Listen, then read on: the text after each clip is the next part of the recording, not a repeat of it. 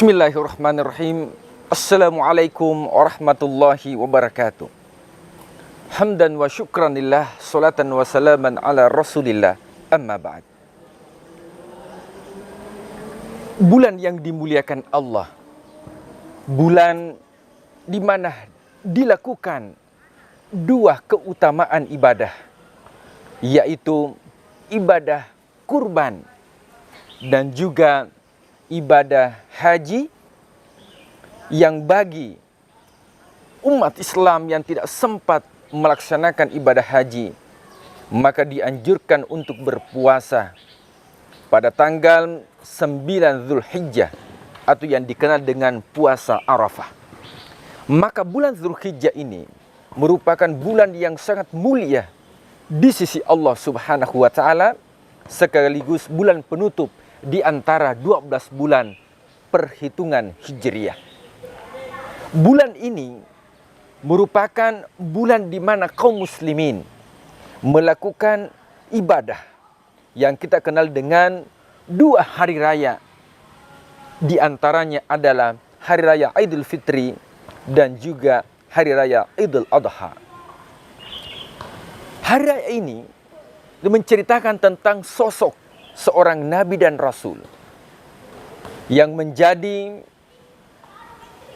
pedoman dan prinsip hidup seorang mukmin, yaitu Nabi Allah Ibrahim alaihissalam dan juga putranya Ismail alaihissalam, yang menggambarkan kepada kita, memberikan pelajaran kepada kaum muslimin bahwa ketika Allah menghendaki kemuliaan kepada seorang hamba, maka dijadikan sesuatu yang sangat dia cintai, sesuatu yang sangat dia impikan, dijadikan sebagai ujian. Sebagaimana Nabi Ibrahim alaihissalam ketika mengharapkan kepada Allah untuk dikaruniai seorang anak, maka ketika dia minta berpuluh-puluh tahun, bahkan rela istri yang pertama di poligami dengan tujuan apa? Untuk mendapatkan keturunan. Akan tetapi apa yang terjadi ketika Allah ingin memuliakan seorang hamba, maka hamba tersebut diuji kepada sesuatu yang paling dia cintai, yang paling dia muliakan, yang paling dia impikan adalah seorang anak. Maka kita sekarang ini selebes people yang dimuliakan Allah, kita tidak diuji dengan harus menyembelih putra yang kita miliki. Akan tetapi harta yang kita miliki ini diuji oleh Allah, mau tidak berkurban mengeluarkan harta yang kita miliki, yang mana manfaatnya bukan hanya untuk dirinya, akan tetapi juga berlaku manfaatnya bagi kaum muslimin dan juga muslimat. Kalau kita melihat pada bulan Zulhijjah ini, di samping sosok yang bernama Ibrahim alaihissalam yang dikenal dengan Khalilullah, mendapatkan predikat dari Allah Khalil, yaitu orang yang dicintai. Kenapa Nabi Ibrahim diberikan predikat sebagai Khalilullah? Paling tidak selebes people, ada 3 keutamaan yang dilakukan, dan ini yang menjadi prinsip hidup yang bisa kita jadikan sebagai prinsip hidup, sehingga kita juga termasuk Khalilullah, hamba Allah yang dicintai. Yang pertama, Nabi Ibrahim alaihissalam mendahulukan kepentingan Allah dibandingkan kepentingan manusia. Bukankah ketika membawa putranya Ismail, kemudian ditanya oleh sang istri, "Wahai Ibrahim, kenapa engkau membawa kami di daerah yang tandus, tanpa rumput dan tanpa air?" Maka Nabi Ibrahim tidak menoleh dan tidak menjawab. Kemudian istrinya bertanya kedua kalinya dengan perkataan yang sama, dengan soal yang sama, pertanyaan yang sama.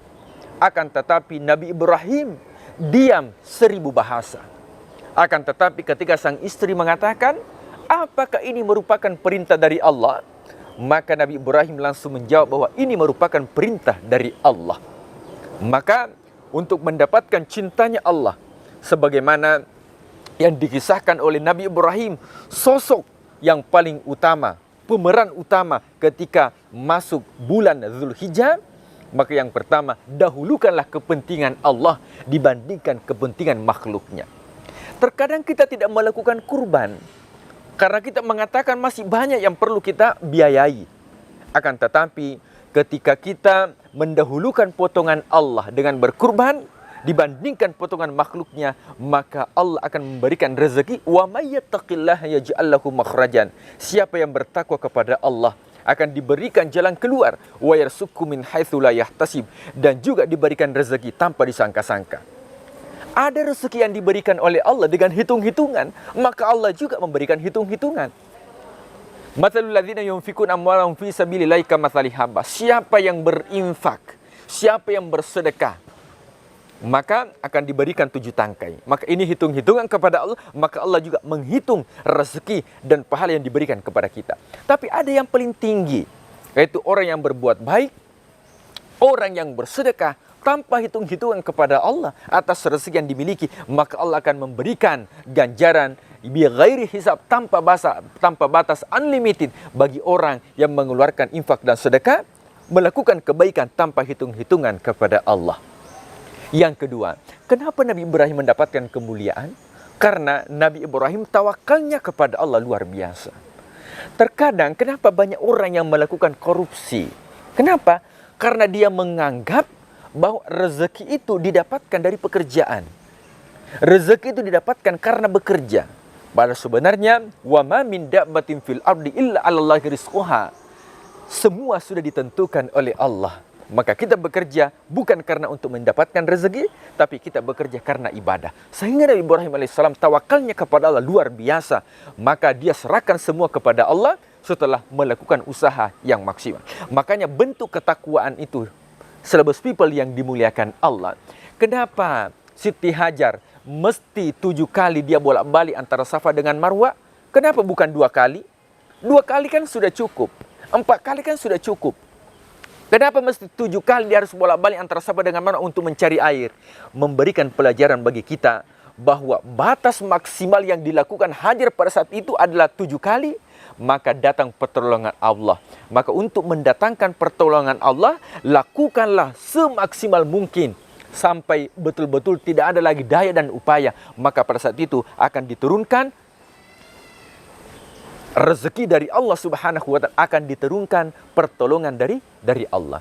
Makanya ada beberapa amalan yang bisa kita lakukan di Idul Adha ini. Di antaranya yaitu kita tidak makan sebelum berangkat, nanti setelah pulang kita makan. Kemudian yang kedua, bagi orang yang berkurban selama hari pertama sampai hari 10 sebelum kurban disembelih, maka terlebih dahulu jangan mencukur, memotong kuku dan rambut. Kenapa? Karena seakan-akan Allah mengatakan bahwa ketika hewan kurban itu disembelih, sebelum darah menetes, maka diampuni dosanya. Maka nanti setelah hewan kurban disembelih, dosa diampuni, maka kuku dan rambut juga digunting sebagai untuk membebaskan diri dari dosa-dosa fisik yang kita lakukan. Wabillahi taufiq wal hidayah. Assalamualaikum warahmatullahi wabarakatuh.